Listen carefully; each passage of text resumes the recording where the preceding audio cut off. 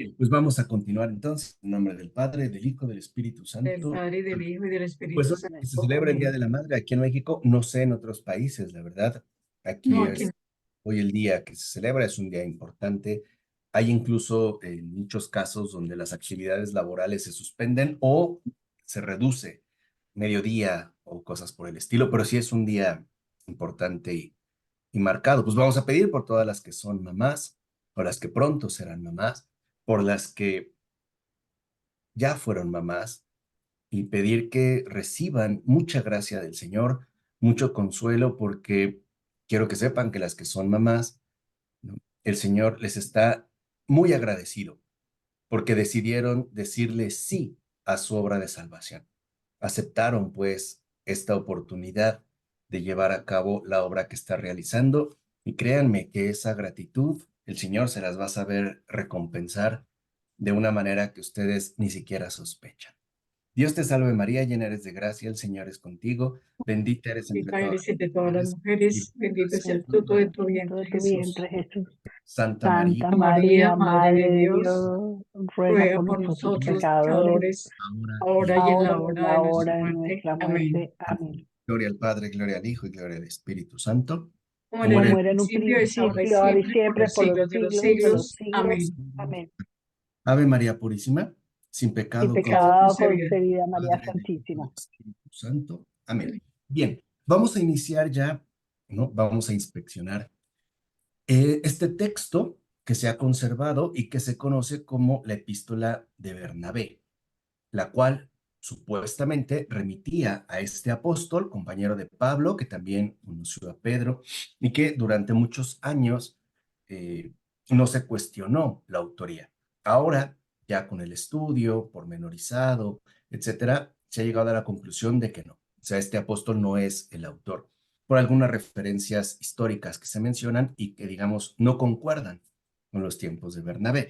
Lo que sí es un hecho es que esta carta o epístola del pseudo Bernabé jugó un papel muy importante, lo mismo que la doctrina de los apóstoles, lo mismo que la Didache, dentro de las primeras comunidades cristianas. Este ya es, digamos, el último documento no referido a un autor puntual, ¿no? Con el que contamos y que marca ya también una diferencia importante, porque en este caso es un texto que en principio se calcula que se escribió entre el año 70 y el año, digamos, 90, 100, 110 después de Cristo. O sea, estamos hablando por lo menos 60 años después de que el Señor asciende a los cielos. Entonces dijimos, no es poco tiempo, son 60 años que han avanzado y que también van como dando pie a que se vaya exponiendo cada vez con más contundencia, con más firmeza, incluso con más seguridad, ¿no? Las aportaciones originales, genuinas, incluso novedosas que ha traído consigo Jesús, ¿no? El Señor, y que se conocerá un poco después ya en cuanto tal como cristianismo. Este texto en particular es importante porque es el primer documento que se conserva que ya no solo marca una distancia con respecto al judaísmo oficial, que recuerden que era la fuente revelada, legítima, incluso incuestionada, sino que es también el primer documento cristiano que polemiza con el judaísmo, ¿sí? Que empieza a polemizar con el judaísmo, que empieza, digamos, como a discutir con algunos planteamientos judíos ya establecidos, ¿sí? Y esto también es interesante de entender. Entonces, si nosotros vemos en la introducción de esta carta, comienza así: os saludo, hijos e hijas, en la paz, en el nombre del Señor que nos amó. Fíjense la diferencia. Ya no empieza por una fuente judía, ya no empieza por una doctrina judía tradicionalmente conservada. Comienza con un saludo en la paz. Os saludo, hijos e hijas, en la paz. En el nombre del Señor, dijimos, ¿no? Esto de hablar de el nombre era una forma usual de referirse a Jesús de Nazaret, pero entendido como algo más que humano. Vamos, es la forma primitiva de afirmar que Jesús es Dios. Recuerden que esta confesión de fe, verdadero Dios y verdadero hombre, se empieza a formular, ¿no? Por lo menos durante 300 años y se consolida y establece en el Concilio de Nicea, en el año 325. Ya lo veremos en su momento con San Atanasio. ¿Sí? Esos nombres que le encantan a Edgardo y que estoy seguro que ahora quiere adoptar. Antes era San Cromacio de Aquileia, pues ahora va a ser Atanasio el Grande. Pero decir en el nombre del Señor es como dijéramos en el nombre de Dios, porque la palabra Señor en el Antiguo Testamento hace referencia a la dignidad trascendente de Dios mismo, el Señor tu Dios. Entonces, era una forma, como decir, en el nombre de Dios. Y fíjense cómo insiste que este saludo se da en la paz. Entonces, nosotros dijimos, ¿no? La primera insistencia que se cultiva al interior mismo de las primeras comunidades cristianas, comunidades eclesiales, tienen que ver con este énfasis colocado en la paz y en la unidad. Son las bases.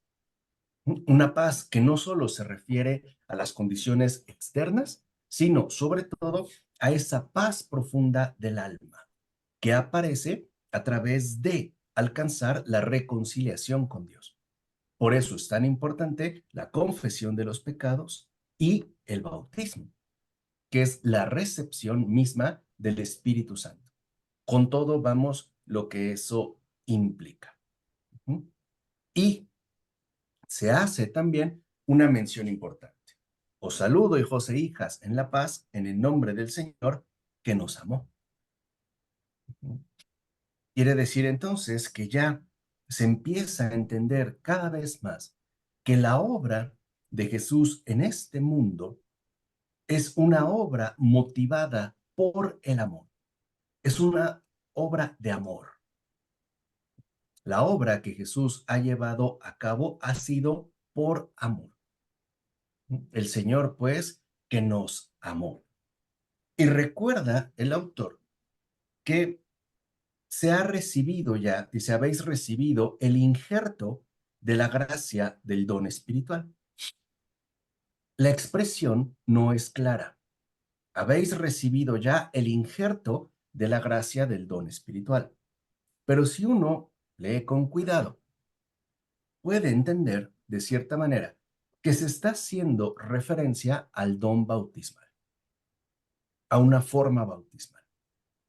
Porque las comunidades cristianas entendieron, eso sí, muy pronto, que el bautismo no solo era un mero ritual de iniciación o una mera formalidad religiosa, era algo más. El bautismo era ese don espiritual que nos permitía recibir y al mismo tiempo comulgar con el Espíritu Santo. Es un don espiritual. La gracia ahí está, ¿no? Presente.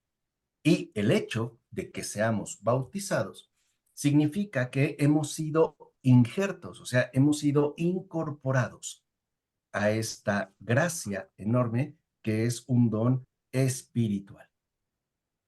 ¿De acuerdo? Entonces, ¿no? Se menciona, o más bien se enfatiza, que el bautismo es un don espiritual que nos vuelve miembros de esa gran familia que Dios mismo está constituyendo, que Dios mismo pues está elaborando. Y a continuación dice, me he apresurado a enviaros un breve escrito para que junto con vuestra fe tengáis el conocimiento perfecto. Y eso también va a ser algo muy común en el caso de la patrística. ¿Por qué? Porque recuerden que en estos momentos se suponía que el conocimiento máximo era el alcanzado en el mundo griego por medio de su poesía, ¿no? Por medio, vamos, de sus poetas y sobre todo por medio de sus filósofos, donde se afirmaba que la cima del conocimiento estaba dado en los griegos. Y lo que empiezan a sostener algunos cristianos es que esto no es así. Van algunos, y lo veremos adelante, hay algunos que van a desprestigiar por completo el conocimiento pagano. Otros van a decir, no, hay cosas que son relevantes, pero el conocimiento perfecto pertenece ciertamente, ¿no?, al cristiano.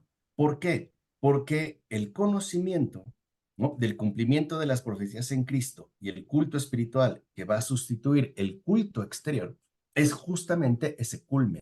O sea, que el conocimiento perfecto no es una mera doctrina teórica, es una experiencia de vida, ¿no?, cuya dimensión involucra toda nuestra realidad humana.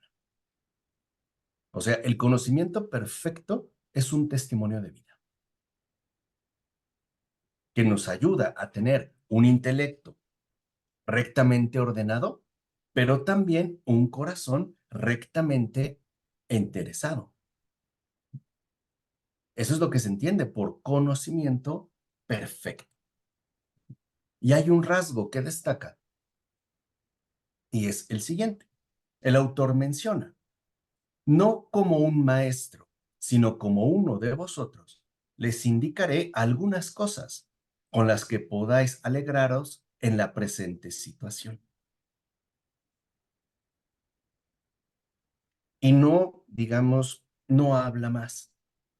Muchos han especulado que esa presente situación era una situación evidentemente difícil, porque él está tratando de alegrar los corazones.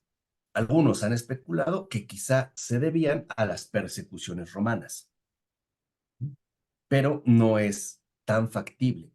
Lo que sí es mucho más posible es que esta situación difícil se haya debido al cuestionamiento, al señalamiento y sobre todo a los ataques dirigidos hacia estas pequeñas comunidades por parte de la comunidad judía en los territorios donde se encontraban. O sea, sufrían pues o padecían una especie de descalificación constante por parte de estas comunidades judías. Y por eso él dice que les envía un escrito breve para que puedan alegrarse, ¿no?, en tal situación.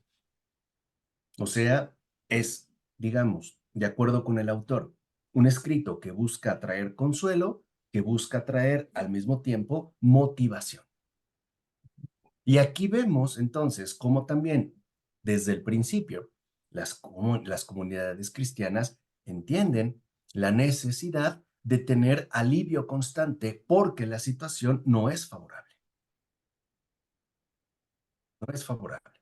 Entonces se requiere como realentar, ¿no?, o motivar constantemente a las comunidades que el Señor mismo está constituyendo. O sea que otro de los rasgos importantes que se van a manifestar en las comunidades cristianas es el consuelo. El consuelo recibido por gracia de Dios, es decir, por su obra y también por su propia asistencia. El consuelo, pues, también va a tener un lugar muy importante en este caso. Y añade el autor, como los días son malos, es decir, como la situación es difícil y el activo, fíjense cómo le decían al diablo, el activo, ¿no?, como los días son malos y el activo tiene el poder, debemos guardarnos a nosotros mismos y buscar las disposiciones del Señor.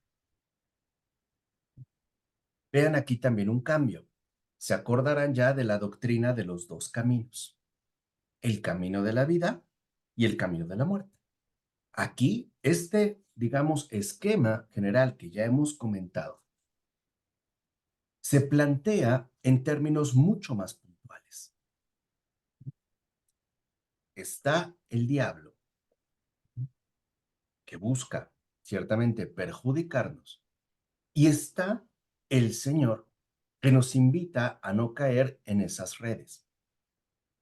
Entonces, uno de los primeros propósitos que debe tener el seguidor de Cristo es buscar siempre qué es lo que el Señor ha dispuesto para ir por el buen camino. O sea que, desde el principio, algo queda claro. El discípulo de Cristo no hace lo que se le da la gana, ni tampoco asume lo que considera más conveniente. Está atento para, ¿no?, permanecer fiel al Señor de acuerdo a las disposiciones que Él mismo ha establecido. Es fidelidad al Señor. Y por eso es que va a dar inicio en este escrito una polémica contra muchos elementos del judaísmo tradicional. El primero se dirige contra los sacrificios. Dice el autor, el Señor nos ha manifestado por medio de todos los profetas que no necesita ni los sacrificios, ni los holocaustos, ni las ofrendas. Quiere decir esto, que había una mentalidad y sobre todo una costumbre muy arraigada que sostenía que la relación con Dios dependía de los ritos religiosos que se llevaban a cabo, en términos, por ejemplo, de sacrificios, holocaustos o bien ofrendas, y que con eso era suficiente. Entonces, el autor se da cuenta de que hay un peligro latente en el cristiano, y es hacer de su fidelidad a Cristo una mera formalidad litúrgica, un ritualismo. Eso ya aparece desde el inicio. Y ciertamente para comprobarlo, no dijimos la referencia inmediata en este momento es el Antiguo Testamento, cita al profeta Isaías. Vean cómo algo llamativo es que por primera vez se empiezan a utilizar textos del Antiguo Testamento para afirmar a Cristo. O sea, para mostrar que ya desde el Antiguo Testamento se anunciaba esa verdad que el Señor ha traído al mundo. Y el pasaje de Isaías es el siguiente.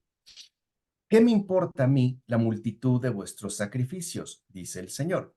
Estoy harto de vuestros holocaustos y no quiero la grasa de corderos, ni la sangre de toros y machos cabríos, ni aun cuando vengáis a ser vistos por mí.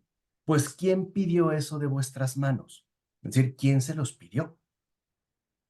No volváis a pisar mi atrio. Si traéis flor de harina, es vano. Vuestro incienso lo abomino. Vuestros novilunios y sábados no los soporto. Las palabras son muy fuertes. Pero vean desde cuándo está mencionado. Y aquí el énfasis colocado está justo en esa pregunta. ¿Quién pidió eso de vuestras manos? Es decir, ¿quién se los pidió? ¿Quién les dijo que lo hicieran? Recuerden que previamente el autor ha hablado de la necesidad que tenemos de buscar siempre las disposiciones del Señor. Y lo primero que quiere mostrar el autor es que esta, digamos, como esta abundancia de rituales, sacrificios, holocaustos, ofrendas, no es algo que el Señor ha pedido, no es una disposición que Él ciertamente haya indicado. Entonces se corre el riesgo de pasar por alto lo que el Señor ha dispuesto y hacer cosas que en principio parecen incuestionables, pero que no corresponden a esa fidelidad plena a lo que el Señor mismo ha establecido. Aquí también hay un problema cultural de fondo y ese problema no ha desaparecido. Hay mucha gente que piensa que porque participa en determinados rituales religiosos ya está bien y no tiene ningún compromiso mayor. Por ejemplo, hay personas que pueden considerar que porque van a misa, ya. hicieron todo, pero no están dispuestos a cumplir la voluntad del Señor en sus propias vidas. Está el peligro, digamos, del formalismo. Y añade el autor, y de nuevo les dice, ¿acaso yo ordené a vuestros padres cuando salieron de Egipto que me ofrecieran holocaustos y sacrificios? ¿No les ordené más bien que cada uno de vosotros no guardase rencor en su corazón contra su prójimo y que no amaseis el juramento falso? O sea que el autor empieza a destacar que en la propia escritura, en este momento, entiéndase, ¿no? El Antiguo Testamento, ya hay reproches dirigidos contra el propio pueblo judío. O sea, que han hecho muchas cosas, pero no precisamente lo que el Señor ha dispuesto. ¿Se entiende por dónde va la polémica? Y esto era, en principio, bastante fuerte, porque la mayoría del pueblo judío estaba convencido de su rectitud religiosa, de que lo que hacía estaba bien y que, en definitiva, no tenía que cambiarse. Y entonces añade el autor, así pues, si no somos insensatos, debemos comprender el bondadoso designio de nuestro Padre, que habla con nosotros, porque no quiere que andemos extraviados como aquellos, es decir, como los judíos, sino que busquemos cómo acercarnos a Él. Esto es bien importante, porque si algo van a tener claro las primeras comunidades cristianas es esto: no importa lo que hacemos, importa lo que Dios nos solicita. Vamos a decirlo así. No importan nuestras actuaciones, importan las disposiciones que Dios nos ha hecho conocer. Ese es el conocimiento perfecto. Ahora entienden por qué a veces, incluso, ¿no?, en el seminario Ratzinger, hemos insistido en el hecho de que si yo tengo un plan, ¿no?, le puedo decir al Señor, ¿no? Señor, yo quisiera esto, aquello, pero ¿tú qué dices? Eso es buscar las disposiciones del Señor. Eso es lo cristiano. ¿Se entiende? Eso es lo cristiano. Dime, Marcela, dime. Sí, yo estoy asumiendo que estamos viviendo lo mismo en esta época, porque realmente todas las personas que asumen que van a misa y están bien, o que toman una actitud de religiosidad y cumplen con tantas novenas, con tantas oraciones, con tantas, se les olvida que realmente lo que Dios o lo que Cristo nos mostró en la cruz es el sacrificio de uno mismo. Así como Él se sacrificó por nosotros, nosotros debemos entregarle la vida en ofrenda, no haciendo holocaustos y todos estos sacrificios, pero más la, la, la, el acto de nuestra voluntad de ofrecernos nosotros mismos como ofrenda. Exactamente. Ahora entiendes por qué estamos estudiando aquí. Ahora entiendes precisamente por qué. Ahora entiendes por qué el sentido de estas exposiciones y también de la labor o la misión de voz y palabra, que es lo que exponemos martes y jueves, al cual el arriesgado y temerario Edgardo, ¿no?, decidió acompañarme. No sin dificultades, para que lo sepan, no sin dificultades. Pero ahora entendemos por qué. Justamente para que vean cómo es lo importante, ¿no? Son riesgos o situaciones que se presentan, pero que debemos nosotros reparar para poder seguir adelante de la mejor manera. Y ojo, se los dije en una ocasión, no nosotros, los que vendrán después. Ahora nos toca arreglarles el camino. Así como estas primeras comunidades lo hicieron, ahora nos toca a nosotros pensar en esas personas venideras que necesitan un camino reparado. Paola, bienvenida. Perdón, creo que no te saludé. Discúlpame. Dime. Ah, no se preocupe, profesor, muchas gracias. Es igual, entonces me hace recordar la parte donde en una parte de la historia de Corea, no sé si cuando estaban unidas, porque esa parte no la he visto bien de la historia, pero sé que en Corea hubo un tiempo donde hubo la persecución de los que eran católicos, ¿no? y se quedaron sin nada, incluso sin sacerdotes ni nada, pero las personas que quedaron no seguían teniendo la fe.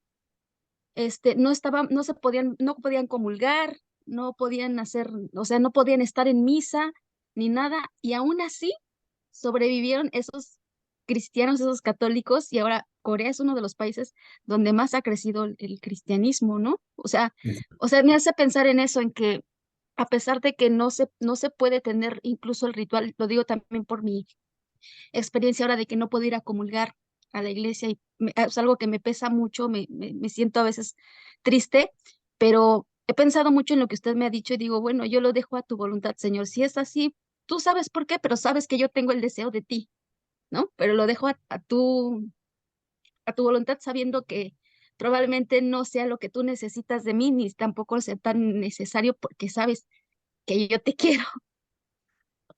A ver, Paula, un breve paréntesis. Para eso estamos aquí. Sentirte un poco triste ya no deberías, porque las cosas ya se te explicaron claramente. Pero a veces nuestra memoria humana es débil. Te lo voy a repetir, te lo voy a resumir y te lo voy a dar más sencillo. ¿Qué pide el Señor de ti? Un testimonio genuino de fe cristiana, como en estas comunidades, donde no prevalece lo litúrgico, donde no hay siquiera comunión, confesión, pero está esta firmeza en el Señor cuya presencia va más allá del culto. Eso es lo que el Señor espera de ti, no más, no otra cosa, no lo que tú anhelas, porque otra vez, si aplicamos lo de lo que estamos viendo ahorita, estás pensando en esos sacrificios o rituales que forman parte de tu experiencia, pero que el Señor no los quiere en ti, porque estás dando testimonio en un país cuya situación es esa. Mostrar que aún sin la asistencia, digamos, ¿no? Habitual de lo que estamos acostumbrados, uno puede vivir en paz y alegre en el Señor. Es comunión con Cristo, con su presencia. Es de hecho digamos, un testimonio de fe. Ojo, híjole, me acaba de dar una respuesta que no encontraba desde que llegué aquí, este profesor. Ya ves, el Señor es La claro. verdad es que no lo había meditado, no lo había pensado y ahorita me dio así como, ¡oh! Todo se abrió. Pues, del Señor sabe, ¿no? Ya está, nada más. Por eso fíjense, dice el autor, debemos conocer con exactitud lo relativo a nuestra salvación. Vean cómo ya, ¿no? La comprensión ha madurado. O sea, no solo se trata de hablar de salvación, sino de conocer con exactitud cómo ha dispuesto el Señor este camino de salvación. No da igual, o sea, la salvación no es algo eh, abstracto que uno desarrolla por cuenta propia. Es algo que uno acepta como camino de vida, de acuerdo a lo que el Señor ha dispuesto.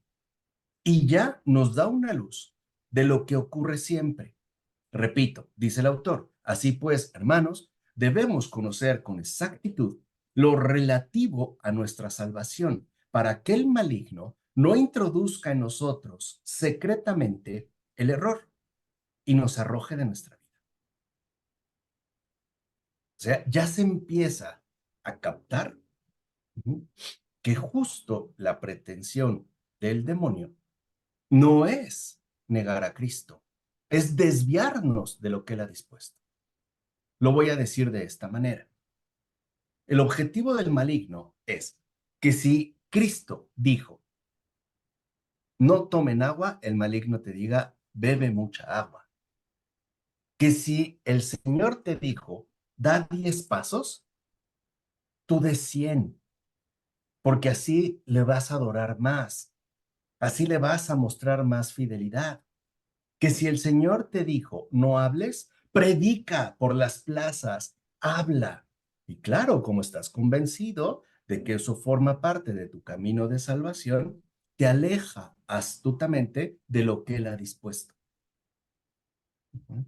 Entonces, por eso, ya en este escrito, se nos invita claramente a poner mucha atención y no dejarnos desviar de aquello que el Señor mismo ha dispuesto, ¿sí? Lo que Él pues ha indicado.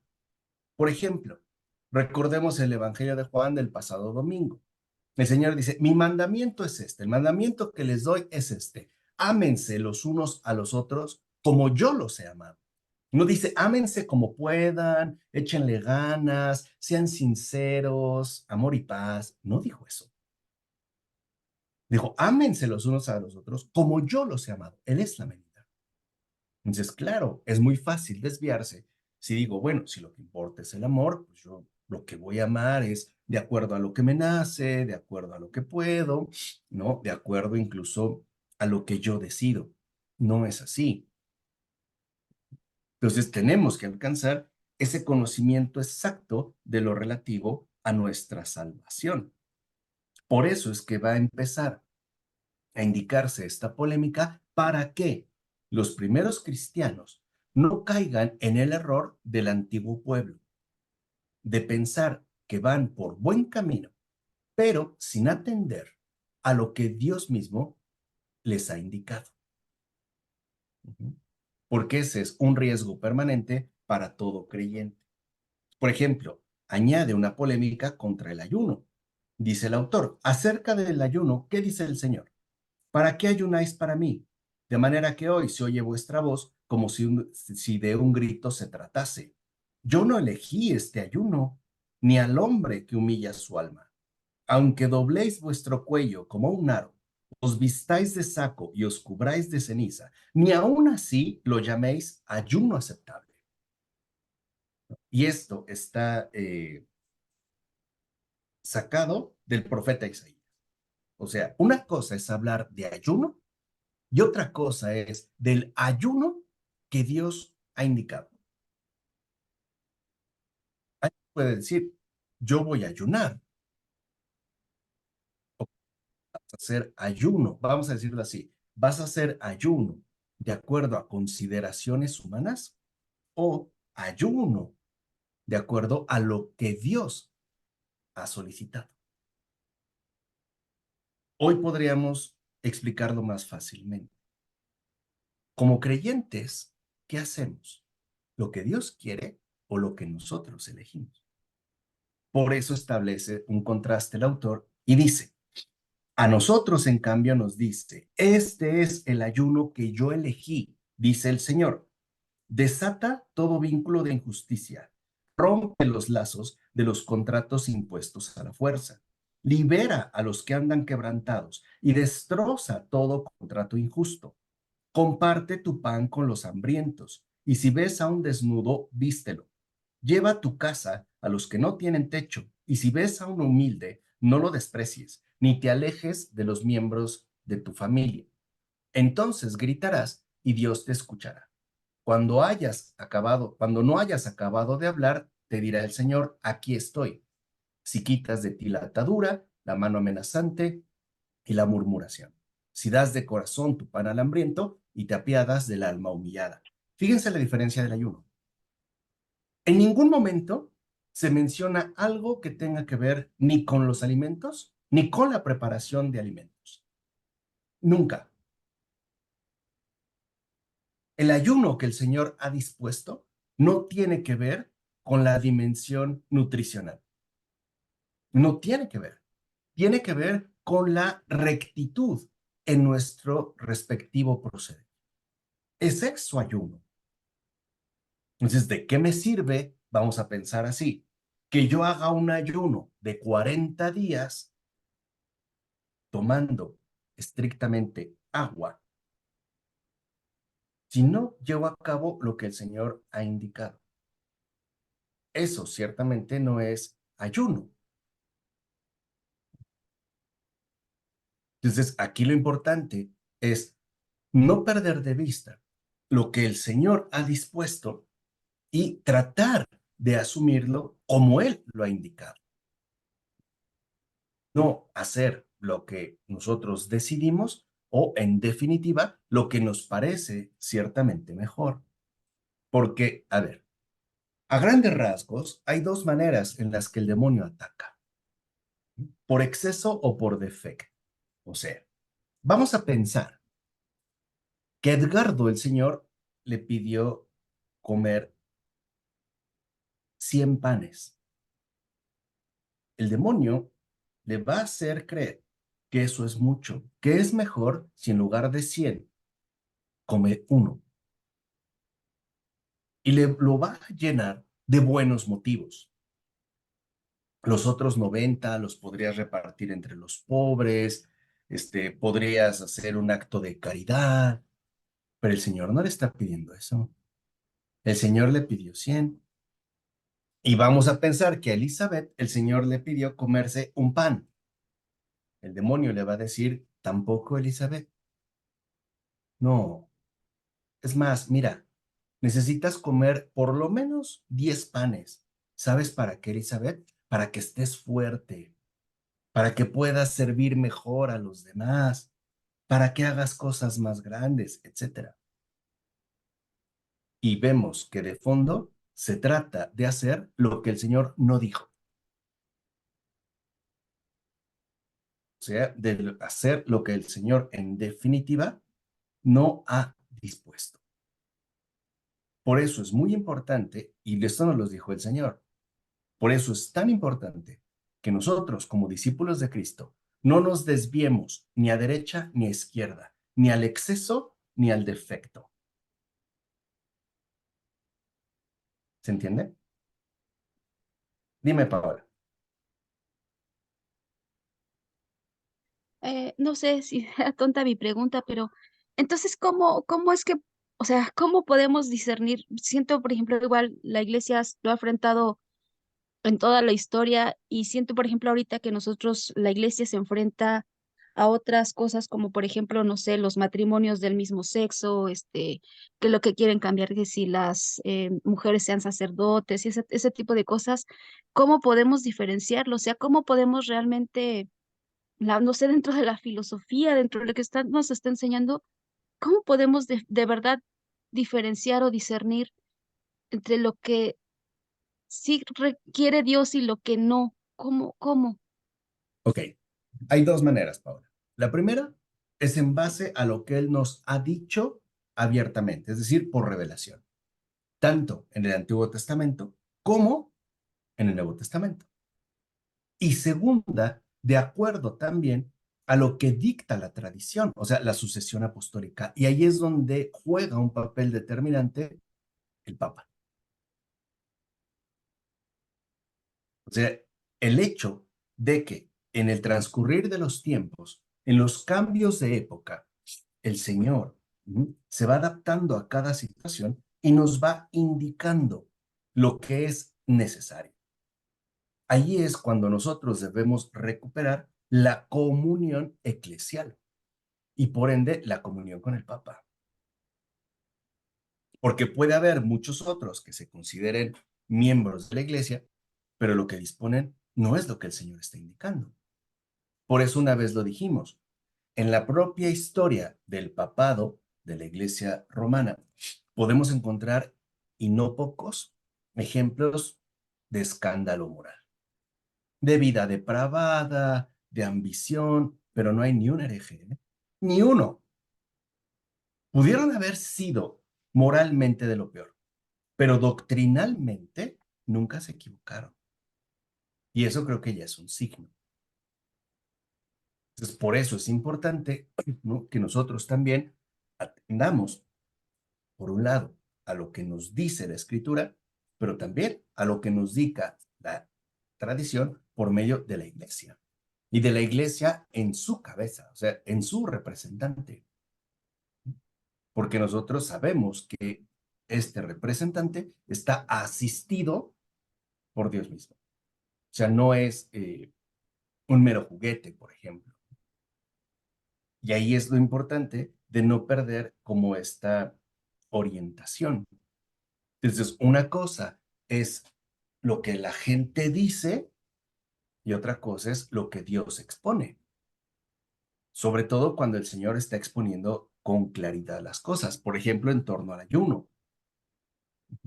Por eso dirá, Así pues, hermanos, el paciente, ¿no? Y esa es una manera muy hermosa de referirse a Dios, el paciente vio de antemano que el pueblo que preparó en su amado, o sea, en Cristo, tendría una fe pura y nos advirtió anticipadamente de todo para que no nos estrellemos en la ley de aquellos.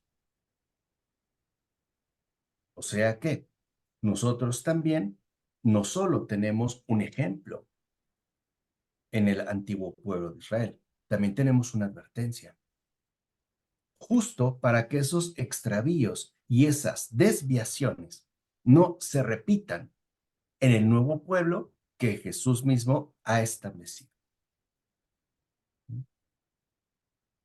Porque cuando una tradición está ya muy establecida, es difícil poder, digamos, salirse de eso. ¿Qué pasó, Hilda?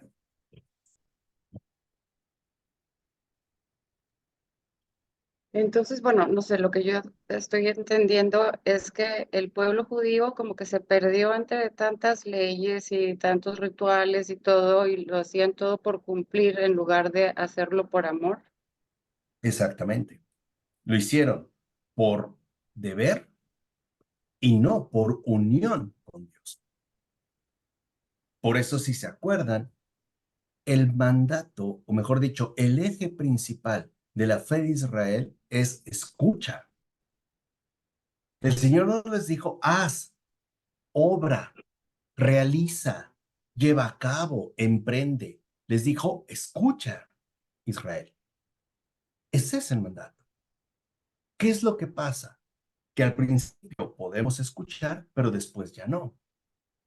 Por ejemplo, puede ser que alguien escuche el Evangelio, escuche a Cristo mismo y después acomode las cosas a su manera. Y el Señor envía a los profetas para que recapaciten, para que se enmienden y cada vez van peor.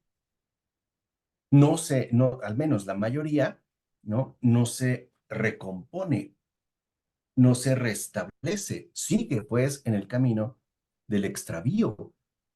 Y eso también es algo muy común en el caso del creyente, porque a veces creemos saber ya cómo son las cosas sin detenernos a pensar si estamos o no llevando a cabo aquello que el Señor mismo ha dispuesto.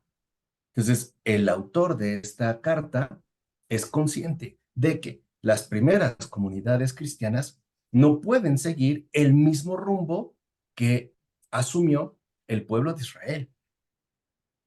Si en algo se debe diferenciar el cristiano del judío, es en la aceptación y seguimiento fiel de las disposiciones que el Señor ciertamente nos ha indicado, que ya estaban dadas, por ejemplo, en el caso de Isaías, pero no cumplidas. Y esto empieza a generar una confrontación, porque empezará a decirse a veces con exceso en relación a lo que Dios ha dicho, ellos no, nosotros sí. Ellos no lo hicieron, nosotros sí lo hacemos. Ellos fallaron, nosotros no fallamos, al menos en este primer momento. Ese es, digamos, como ciertamente lo objetivo que se puede mencionar. Entonces se empieza a reconocer que el pueblo judío pues tuvo fallas. Y estas fallas, ojo, no son para recriminar, son para no repetirlas. O sea, lo que hizo el pueblo judío, nosotros no lo podemos repetir. No podemos recaer nuevamente en ese extravío. ¿Cuál es puntualmente el extravío? Volver de nuevo a la ley de Israel. Y ojo, creo que esto también hay que explicarlo. Cuando se habla de la ley, incluso Pablo, San Pablo, ¿no? El gran apóstol, hablará de este distanciamiento, ¿no? Ya no estar sujetos a la ley, etcétera. Nosotros a veces entendemos de entrada la alianza, o sea, lo escrito, ¿no? El libro, pues. Pero también olvidamos que cuando se habla de ley, se está entendiendo no la ley en cuanto tal, sino su aplicación. Porque una cosa es la ley que Dios ha dado y otra cosa es cómo se ha aplicado. ¿Se entiende esto? Entonces, cuando se dice, ¿no? O se menciona que no hay que volver a la ley de aquellos, como dice este autor, ¿no? Para que no nos estrellemos en la ley de aquellos, no está hablando precisamente de lo que ha sido escrito, sino de la manera en la cual esta ley se ha aplicado, que es diferente. Por ejemplo, el Señor pidió un ayuno, es verdad, pero no el ayuno que se está realizando. Es un ayuno, es un ayuno diferente. Entonces debemos entender ley y aplicación de esta ley. O sea, teoría y práctica. ¿Dónde está la falla en la práctica? Por eso el cristiano, desde el principio, va entendiendo que su primer mandato es un mandato práctico. Lo primero que tiene que enmendar son sus propias costumbres de vida.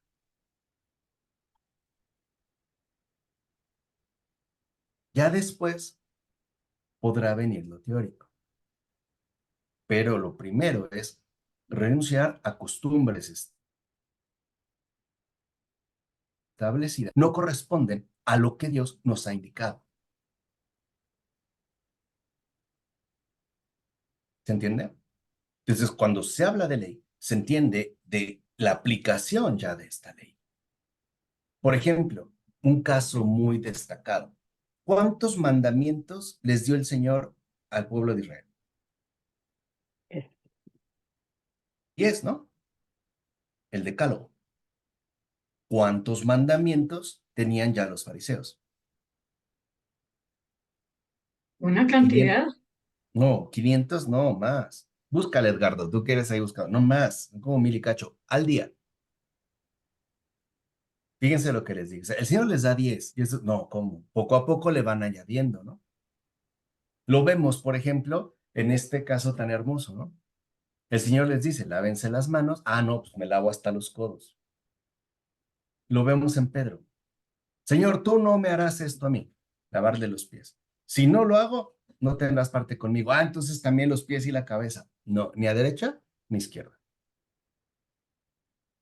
¿Entiendes? Es entender, ¿no? Lo que el Señor ha dispuesto.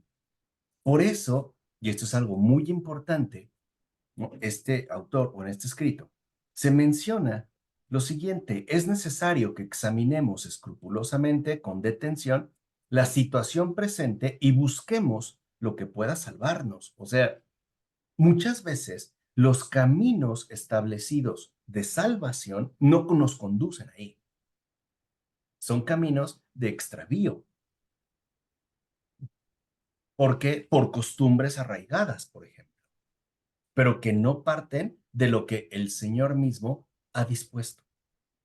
El caso del ayuno es evidente, y entre ellos muchos otros. O sea, no se trata eh, de algo meramente impuesto, sino en muchos otros rasgos. Y dice, odiemos el error del tiempo presente a fin de ser amados en el futuro. Y ahí hay una clave importantísima. Si nosotros nos extraviamos en el presente, en lo que se nos pide ahora, nos perderemos en el futuro. Es decir, si nosotros nos desviamos en el presente, no habrá vida eterna. El autor no lo menciona de esta manera, pero lo empieza a aparentar. Digo, lo empieza a captar. Empieza a entender que hay un riesgo y es descuidar lo que estamos haciendo en el momento presente. Porque si nosotros nos equivocamos en el presente, comprometemos el futuro. Por ejemplo, hay personas que dicen, yo creo en Dios, Él lo sabe, pero no en la iglesia, no en los sacramentos, soy buena persona, hago el bien que puedo. Está convencido, pero está extraviado en su presente. ¿Qué futuro le espera? ¿Qué podríamos decir? ¿Qué le espera? ¿Salvación? No. Por lo menos una alta probabilidad de perdición. ¿Por qué? ¿Por qué hay perdición en el futuro? Porque se perdió aquí en el presente. Ciertamente, ¿no? hay un extravío en el presente que compromete, ¿no?, necesariamente el futuro. Entonces, este autor es importante porque dice, a ver, pongan atención, pongamos atención en lo que estamos realizando ahora para que no nos veamos sorprendidos después. ¿Cuánta gente, por ejemplo, está convencida de que hace lo correcto, de que está en paz con Dios? Pero uno se pregunta, ¿haciendo qué? ¿Quién te lo dijo o quién te lo indicó? Exacto, ¿no? Mejor cojear por el buen camino que avanzar a grandes pasos fuera de él, ¿sí? Y ese es un error que a veces solemos cometer. Pensamos que, bueno, vamos bien sin darnos cuenta que ya al estar equivocados en el presente, estamos comprometiendo el futuro. Dime, Marcelo. Sí, no estamos conscientes de nuestras formas erradas de pensar. A veces ni siquiera sabemos que estamos pensando erradamente. Exactamente. Y estamos confiados en que vamos bien. Eso es lo que ya se advierte a las primeras comunidades cristianas. Fíjense qué importante es. Y estamos hablando de los principios, o sea, digamos, de las bases no originarias, a partir de las cuales todo lo demás, pues se va a ir estableciendo. Entonces, a veces puede ser que estemos muy confiados en el presente porque nuestro futuro ya está comprometido. Esa es la obra del demonio. La obra del demonio es extraviarnos en el presente. ¿Para qué? Para perdernos en el futuro. Para eso. ¿Qué pasó, Elizabeth? Profesor, esto siempre lo lleva a uno a la reflexión. Entonces yo me pregunto, ¿cuántas de mis actividades como cristiana son meros rituales? ¿Cuántas de las actividades como cristiana que yo creo que están bien y que estoy obrando bien, no están bien? Entonces me obliga a estar muy atenta conscientemente sobre mis propias actividades, sobre lo que estoy haciendo en mi papel de cristiana. Me obliga a estar muy atenta a lo que estoy haciendo para como poder despertarme y mirar si estoy haciendo las cosas como Dios quiere. Exactamente. Esa es la vigilancia. Eso es lo que está diciendo el autor. Eso es la vigilancia.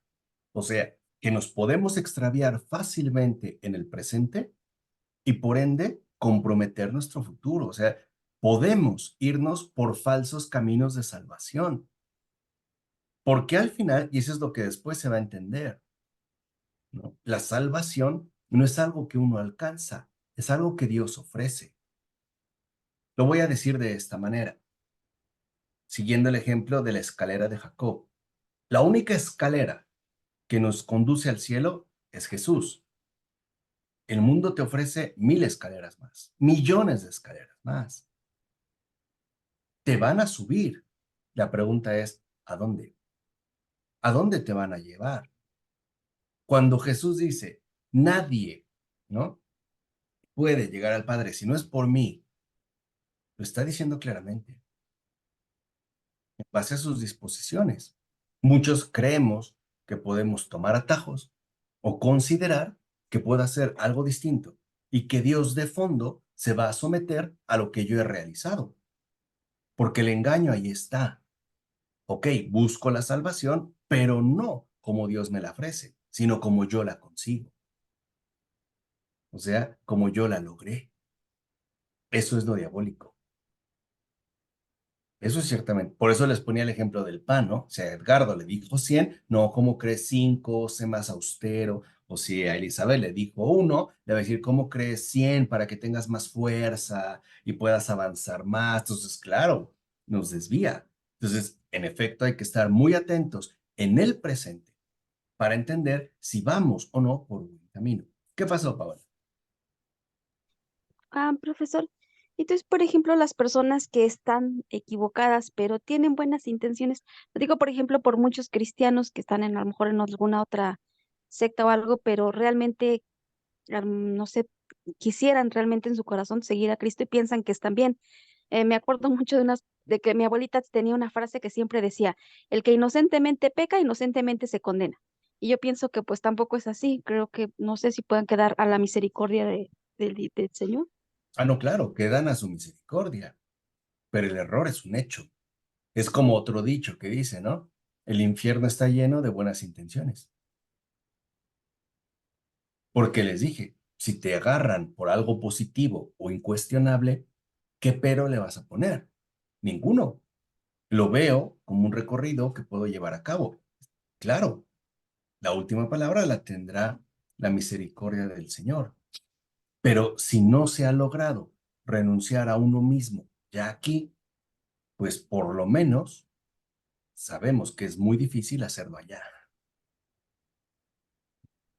O sea, es como si yo me pusiera a pelear con Dios. Oye, tú dijiste por acá, pero yo me quise venir por acá, ¿por qué no voy a entrar?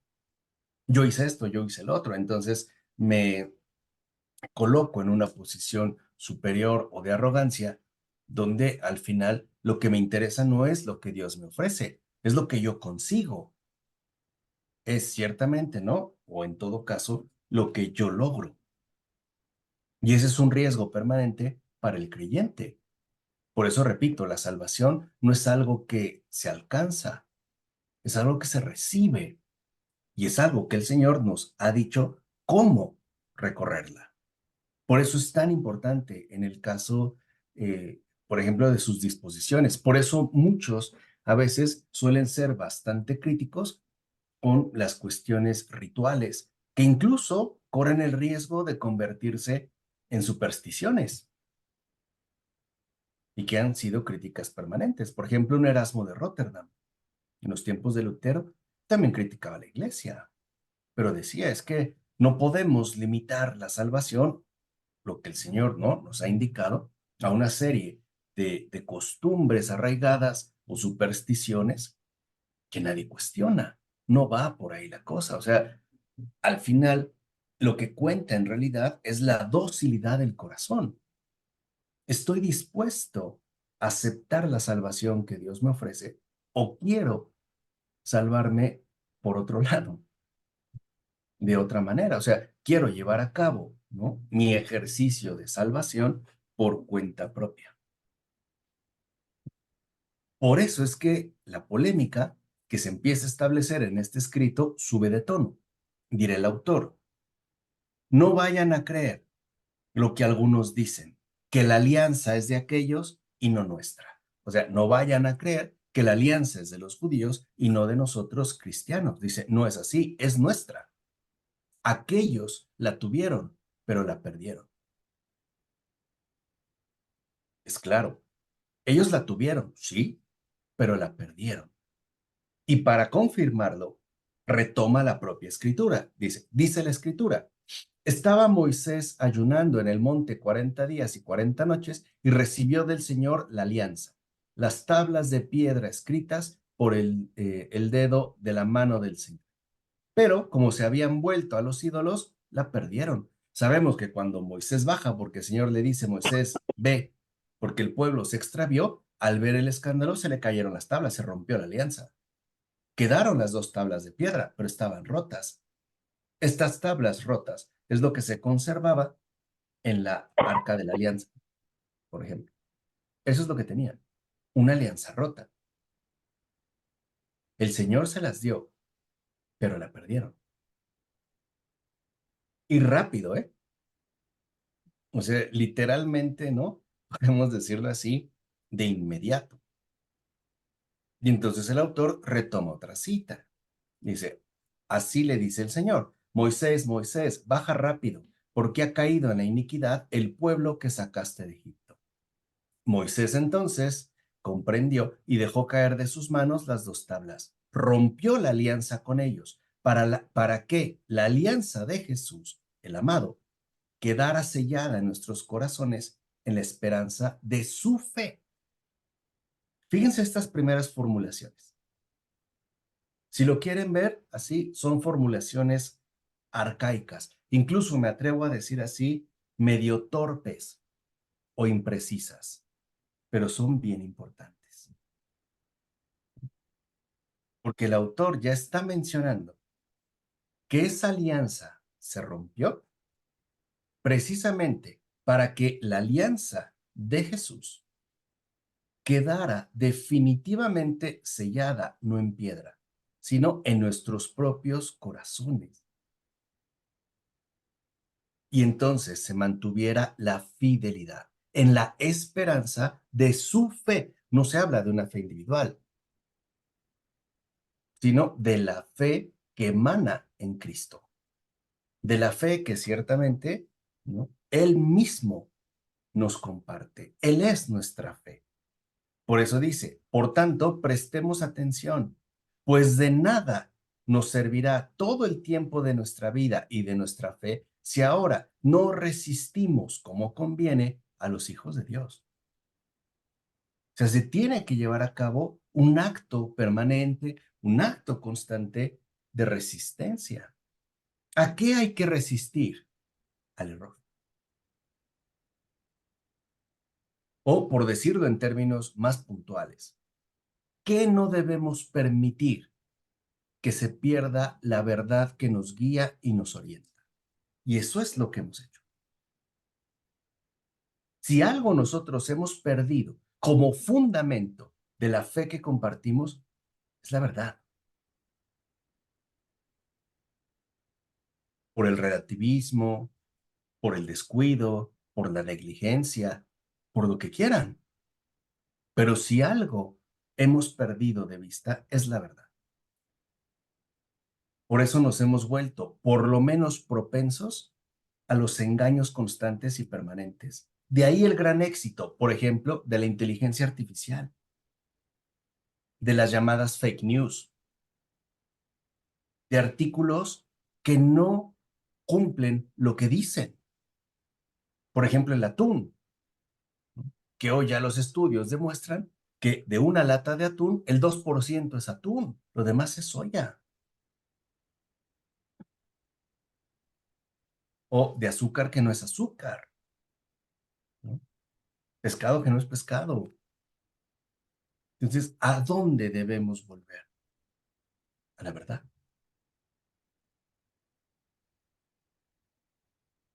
Y qué difícil es hacerlo hoy cuando la mayoría de nosotros está convencido de que la verdad no existe, de que cada quien decide, de que cada quien establece. Hoy estamos en el reino de los pareceres, ¿no? Que cada quien haga lo que mejor le parezca. Y ahí entra lo que tú mencionaste, Paula. Con buenas intenciones, pero es su parecer. ¿Y ese parecer de dónde brota? Del error. Y el error, ¿quién lo promueve? El mundo y el diablo. Por eso nosotros tenemos que arraigar de nuevo en la verdad. Este es el desafío de estos tiempos. Este es ciertamente, ¿no?, la tarea pendiente que tenemos que llevar a cabo. Porque si en algo se distinguen los hijos de Dios, es justamente en esa permanencia constante en la verdad que Dios mismo nos ha dado a conocer. Y esta verdad que Dios mismo nos ha dado a conocer está estructurada a partir de disposiciones muy puntuales. Por eso vuelve a insistir el autor. Así pues, para que el negro, fíjense también cómo le decían, el activo, el negro como simbolismo de eh, eh, oscuridad total. Oscuridad total. Dice, así pues, para que el negro no se introduzca en nosotros secretamente, huyamos de toda vanidad y odiemos totalmente las obras del camino perverso. ¿Qué hace perverso a este camino? ¿Qué es realmente o en dónde está la esencia de su perversión? En que es un camino aparentemente que no tiene problema, que es un camino que humanamente es aceptable, incluso admirable, pero no es el camino que Dios nos ha indicado. Eso es lo perverso. Eso es ciertamente, ¿no? El núcleo mismo de la perversidad. Hoy, qué difícil es siquiera percibirlo. Porque además, este camino perverso está saturado de buenas intenciones, de buenos propósitos y también de buenos resultados. Es aparentemente incuestionable, pero no es o no corresponde a lo que el Señor ha indicado. Por eso, una de las cosas que debemos solicitar es que el Señor nos libre del extravío del error, libre de las tinieblas de la mentira, porque queremos ser testigos de la luz, o sea, discípulos suyos. Pues ya se empieza a entender que hay un combate importante en el cristiano, en el discípulo de Cristo, que es el combate contra las tinieblas. Y ciertamente, ¿no? Esparce pues, el camino perverso, que es el camino de la perdición. El Señor lo dijo, ancho es el camino, ¿no? De los que se pierden. Que angosto el camino de los que se salvan. Porque las tinieblas atrapan, las tinieblas ciertamente engañan. Pongamos un ejemplo muy sencillo. Hoy en día alguien te dice, pero ¿qué de malo tiene que yo me junte con mi pareja, sea hombre, mujer o avestruz o cocodrilo, según sus gustos exóticos contemporáneos, si verdaderamente nos amamos, nos respetamos y vivimos en orden?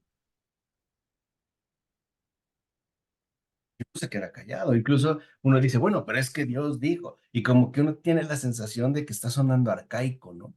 De que uno está sonando como desfasado, anacrónico, como obsoleto, como que uno huele a naftalina, ¿no? Como esos químicos que se utilizaban antes en los famosos roperos, ¿no? Para que no se juntaran las plaguitas, cosas así por el estilo, como si uno fuera simple y sencillamente inoportuno. No es así. Y uno de los remedios, fíjense, lo añade, es el siguiente. Vean lo que dice el autor. A continuación de esto, odiemos totalmente las obras del camino perverso. No viváis solos, encerrados en vosotros mismos, como si ya estuvieses justificados. Por el contrario, reuníos y buscad juntos lo que conviene al bien común. O sea que una de las cosas, o mejor dicho, uno de los motivos o el principal motivo que nos conduce al extravío, al error y por ende al camino perverso, es el ensimismamiento. Es el suponer que lo que yo pienso es incuestionable. Hasta podemos decir que las primeras comunidades cristianas se adelantaron 2000 años a las famosas y contemporáneas terapias de la escucha, ¿no? Y del habla, al psicoanálisis y etcétera. No viváis solos, pensando que ya estoy en lo correcto y que lo estoy haciendo bien. Reuníos. Es importante, pues, la socialización. Y hoy en día, ¿qué se promueve? El individualismo. Si tú piensas que está bien, está bien. No lo digas a nadie, tú hazlo. Si tú así lo quieres, así llévalo, ¿no? Exactamente. Porque esa luz viene, ¿no? A veces de las personas que menos esperaríamos. Por eso es tan importante la reunión, por eso es tan importante la comunidad, porque es un resguardo. Alguien, a lo mejor tú estás obsesionado, obsesionada con una idea y en una reunión alguien te dice, pues no, no es así. Puede ser que te estés equivocando por esto y esto. Y entonces, efectivamente, como dice Edgardo, llega la luz. Cuando hoy en día lo sabemos, incluso en los gestos más ordinarios, lo que se promueve y con fuerza es el aislamiento total. ¿A quién le contamos nuestros problemas? ¿A quién le contamos mis pensamientos? ¿A quién le digo que estoy pensando, por ejemplo, que soy una basura, que soy un fracasado, que soy un tonto, una tonta, que estoy feo, que nadie me quiere? ¿A quién se lo decimos? A nadie, a tu perro. Bueno, pero pues ¿por qué no te responde? Pero nos da pena hablar, nos da pena abrirnos, nos da pena expresarnos. Ujú. Y hoy tú lo ves, por ejemplo, hasta en las jóvenes generaciones, van en la calle, van viendo su celular, traen AirPods o audífonos, no escuchan, no ven, van en lo suyo, ¿no? En lo suyo, es decir, enclaustrados, encerrados. Y esa es una gran estrategia del demonio. Ujú. Desconectados de Aislarte, la realidad. exacto, desconectados, De la desvinculados, realidad. apartados. Elizabeth, dime. Pero, profesor, yo creo que las personas de mi edad caemos mucho en eso porque a veces los hijos nos señalan de que no estamos al día, por ejemplo, con la tecnología o que a veces no la entendemos o a veces no la podemos realizar como se debe hacer. Entonces ellos no tienen tiempo para uno, lo critican, uno va a hablar y ellos dicen que ya va a salir uno con el error. Si uno se queja de algo, entonces también lo critican. Entonces uno opta por aislarse, uno opta por no contarles, uno opta por no preguntarles y uno opta por decir a todo sí, sí, sí. Y empieza uno a callarse.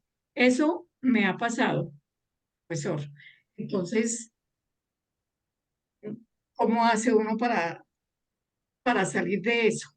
Ok, primero, te ha pasado porque también somos una cultura perversa del silenciamiento, del convencernos de que lo que decimos no es importante, de que lo que sentimos no es relevante, de que no aportamos nada efectivo y que lo mejor que podemos hacer es mantenernos callados. Pero eso sí, piense y piense y piense. ¿Cómo se le puede hacer? Primero, descender, lo voy a poner en una imagen, del cerebro al corazón. Y en el corazón, estar atento a lo que Dios me dice, no a lo que los demás me imponen.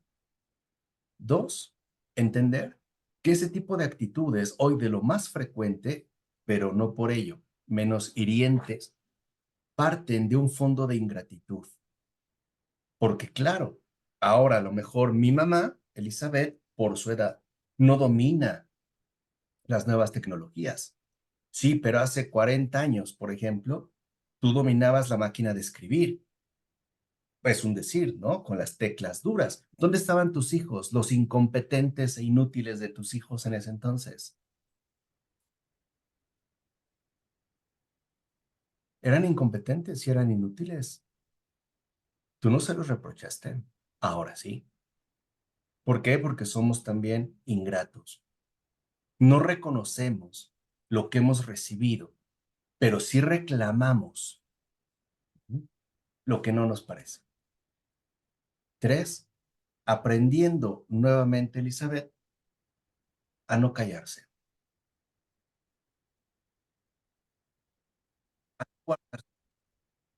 Por lo menos aquí ya tenemos un chat. Por eso dijimos, ¿no? Si en algún momento alguien se acuerda, les dije, no se siente bien, escríbalo.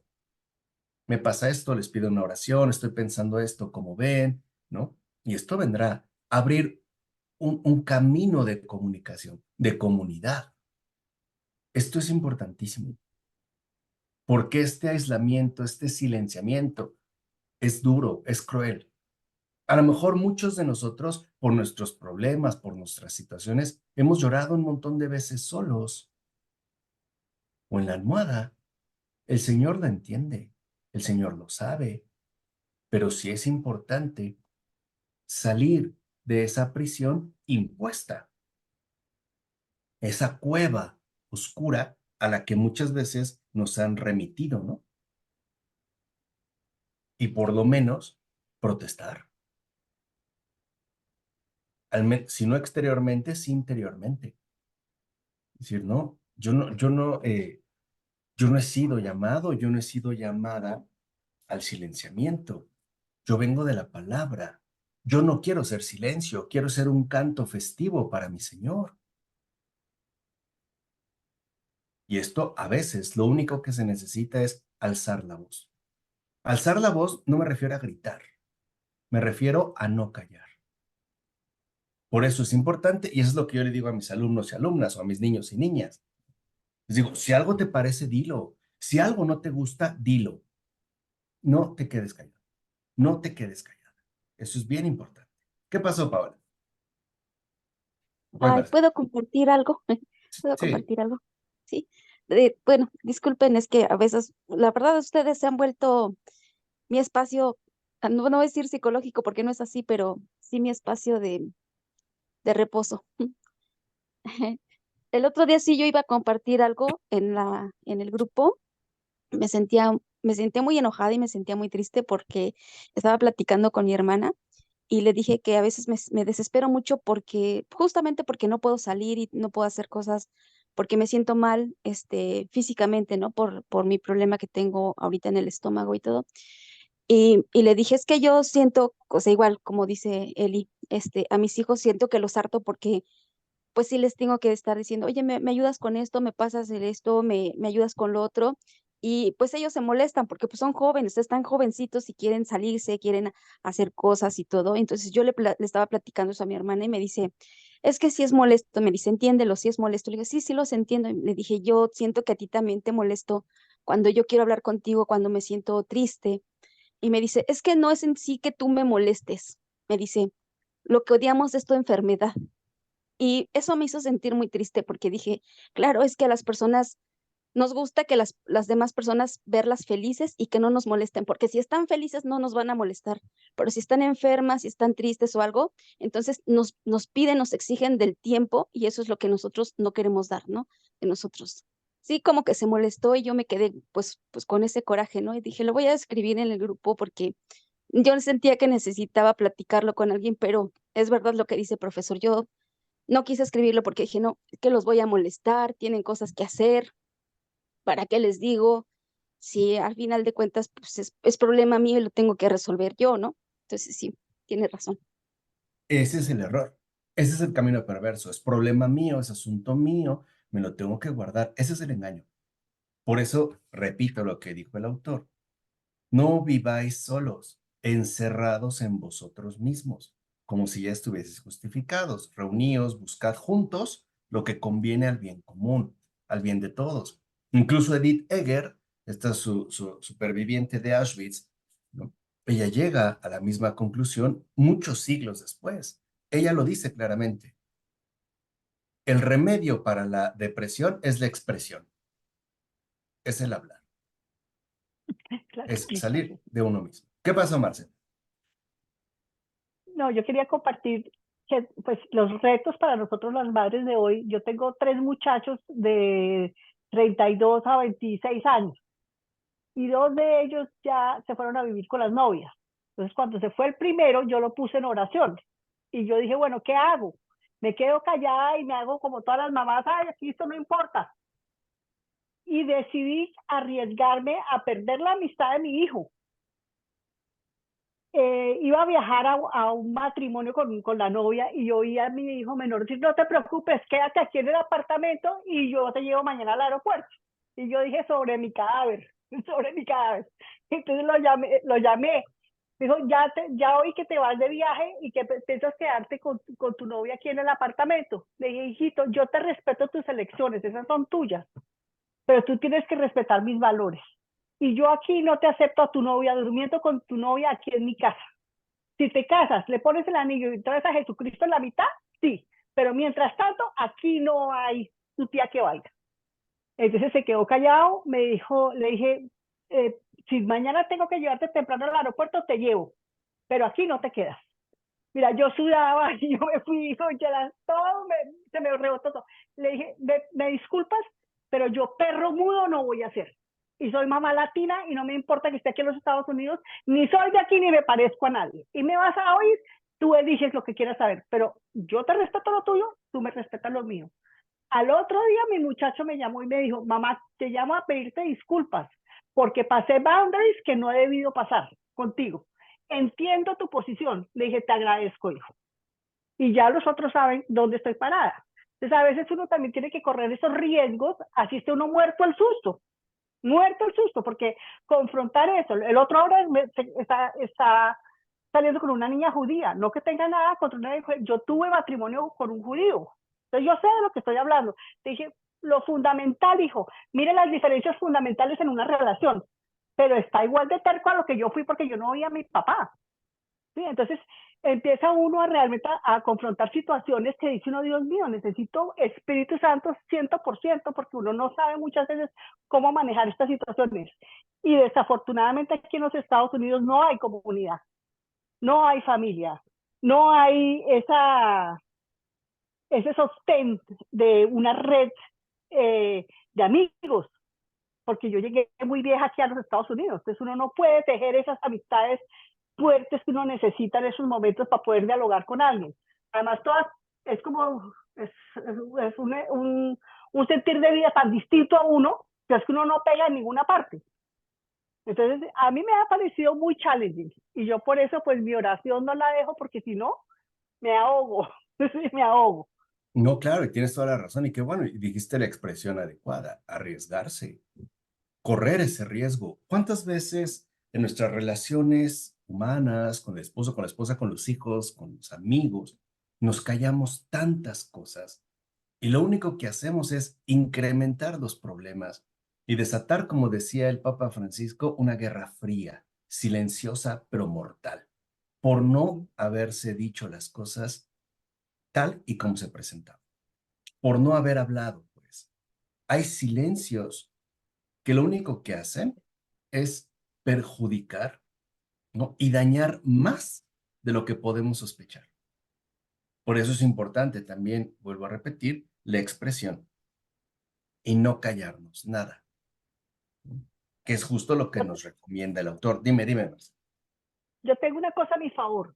Como yo me casé con judío, yo hoy con autoridad puedo decir a mis hijos, yo negocié todo, mi familia, mi país, mi fortuna, mi carrera, todo por casarme, pero nunca negocié a Dios, porque el arreglo con mi marido fue que mis hijos fueran católicos y que me ayudara a educarlos católicos, y así fue. Él en eso fue impecable.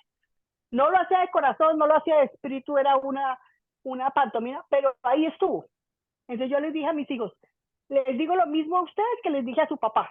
Mi Dios para mí no es negociable y yo, perro mudo, no voy a hacer. Ujú. Y ya. Sí, Entonces claro. ellos ya, Sí, es viene la difícil. claridad, vienen también ciertamente pues los beneficios, ¿no? Entonces, no vivir en ese encierro